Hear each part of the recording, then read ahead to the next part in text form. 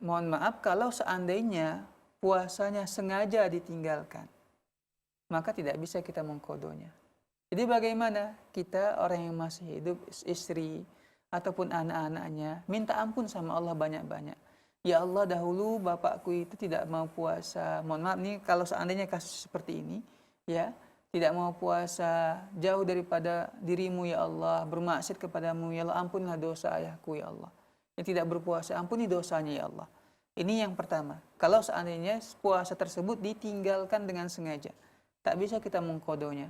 Karena dengan cara taubatlah cara kita supaya bisa diampuni oleh Allah Subhanahu wa taala.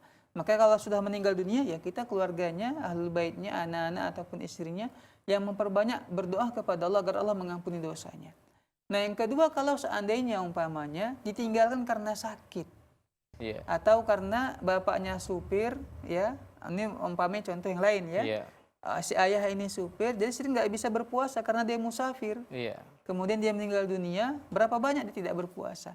Maka di sini boleh ahlul baitnya, ahlu warisnya, anaknya, ataupun istrinya juga boleh mengqadha, menggantikan puasa untuk suaminya yang banyak meninggalkan puasa karena uzur, karena uzur syar'i. Maka ini dibolehkan. Ya, wallahu taala a'lam. Kalau bayar fidyah, Ustaz? Kalau bayar fidyah tentunya ini bagi orang yang memang tidak mampu berpuasa. Jadi kalau kondisi seperti ini pun memang sebagian ulama membolehkan membayarkan fidyah kalau tadi ya dengan syarat puasa yang ditinggalkan karena uzur syar'i. Ada sebab yang diperbolehkan dalam agama kita karena sakit atau karena dia musafir, ya.